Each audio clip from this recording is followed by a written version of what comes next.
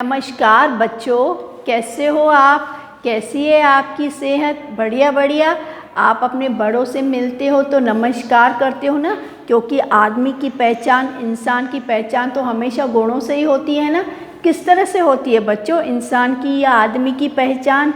हाँ ज़रूर, हाँ आप समझ गए ना कि हमारा टॉपिक क्या चल रहा है। जी हाँ, आज का हमारा टॉपिक है आदमी की पहचान।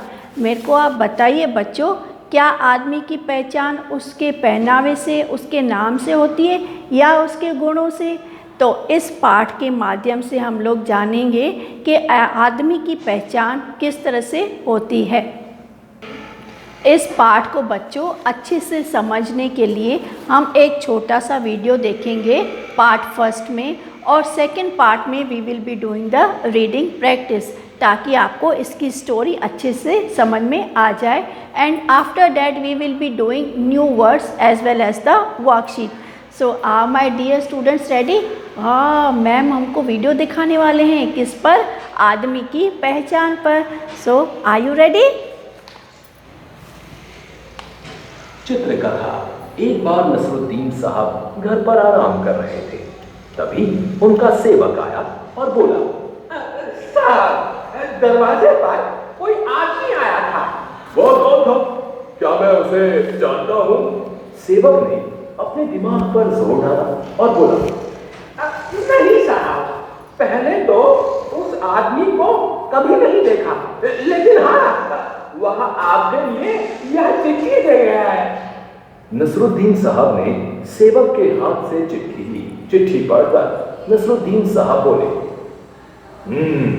नगर के एक धनी और इज्जतदार आदमी ने अपने यहाँ मुझे किसी कार्यक्रम में बुलाया है। यह तो बहुत ही खुशी की बात है साहब। फिर नसरुद्दीन साहब गहरी सोच में पड़ गए और बोले, भाई मेरे पास तो ऐसे कपड़े ही नहीं हैं जो मैं उस बड़े से कार्यक्रम में पहन सकूं। मुझे नए कपड़े सिलवाने होंगे। साहब, मैं अभी दर्जी को बुलाकर लाता हूँ। नसरुद्दीन साहब अपने लिए रेशमी। तो बच्चों आपने क्या जाना अब तक? आपने जाना अब तक कि नसरुद्दीन नाम का एक आदमी, एक शख्स है जिसको निमंत्रण मिलता है। आपको इनविटेशन मिलता है ना पार्टी पर जाने के लिए, तो आप किस तैयारी में लग जाते हो? मम्मा एक नया सा अच्छा सा हमको लेके दो, कपड़े की जोड़ी लेके दो, एक अच्छा नया dress I want to buy, हमको आज पार्टी में जाना है।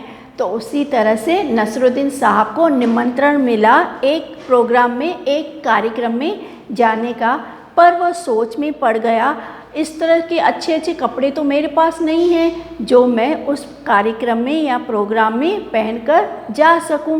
तो इस पर उसके सेवक ने क्या कहा कि कोई चिंता की बात नहीं, मैं आपके लिए अभी एक अच्छा सा कुर्ता सिलवा देता हूं। पर उसके बाद क्या वह कार्यक्रम और या तो निमंत्रण में जा पाएंगे? आइए देखते हैं। रेशम का सुंदर सा कुर्ता सिलवाते हैं। आज कार्यक्रम का दिन है और नसरुद्दीन साहब बाहर किसी काम में ऐसे फंसे कि उन्हें कार्यक्रम में जाने के लिए बहुत देर हो गई। उन्होंने सोचा, क्यों ना इन्हीं कपड़ों में कार्यक्रम में चला जाऊं। यदि नए कपड़े पहनने के लिए घर गया तो और देर हो जाएगी। वे साधारण कपड़ों में ही कार्यक्रम के लिए निकल पड़े। नसरुद्दीन साहब कार्यक्रम में पहुंचे और उस धनी आदमी से मिले जिसने कार्यक्रम में आने के लिए चिट्ठी भेजी थी। नमस्कार साहब, कैसे हैं आप?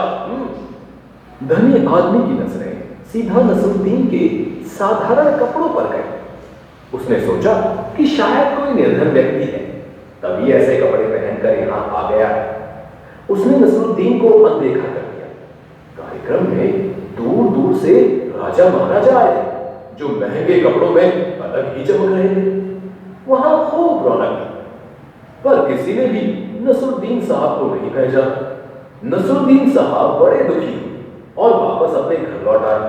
अपने मालिक को उदास देखकर सेवक ने पूछा, क्या हुआ साहब? आप तो कार्यक्रम में जाने वाले थे, क्या आप वहां से हो आए?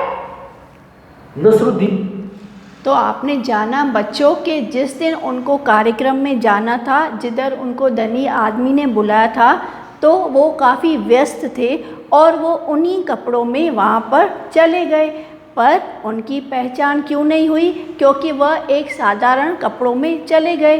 और धनी आदमी क्या करने लगा? उनके कपड़ों को देखने लगा और उन्हें अच्छे से पहचान नहीं पाया कि ये वही नसरुद्दीन है जिनको हमने न्योता यानी कि निमंत्रण दिया था प्रोग्राम में आने का। फिर उनको बड़ा दुख हुआ कि आजकल आदमी की पहचान उसके सिर्फ़ और सिर्फ कपड़ों से होती है। और उस दुख में उन्होंने क्या किया? अपने घर का रास्ता लिया और अपने सेवक को क्या कारण बताया आने का? आइए जानते हैं। नसरुद्दीन साहब ने सेवक को सारी बात सुनाई। उसे भी सुनकर अच्छा नहीं लगा।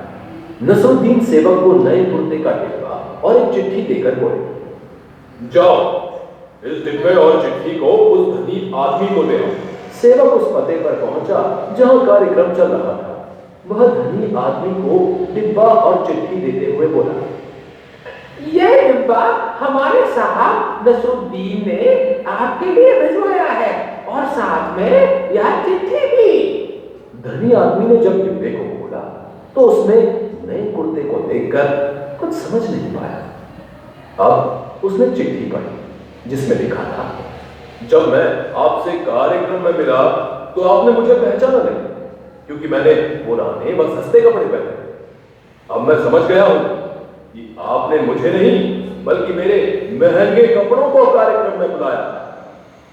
यह कुर्ता नया व महंगा है, इसे इज्जत दीजिए। आपका नसरुद्दीन। चिट्ठी पढ़कर धनी आदमी को सब समझ आ गया। धनी आदमी कार्यक्रम के बीच में ही नसरुद्दीन साहब के घर पहुंचा और विनम्रता से बोला, नसरुद्दीन साहब, मैं अपनी गलती पर शर्मिंदा हूं। मेरी नजर आप पर नहीं, आप तो साधारण कपड़ों पर थी।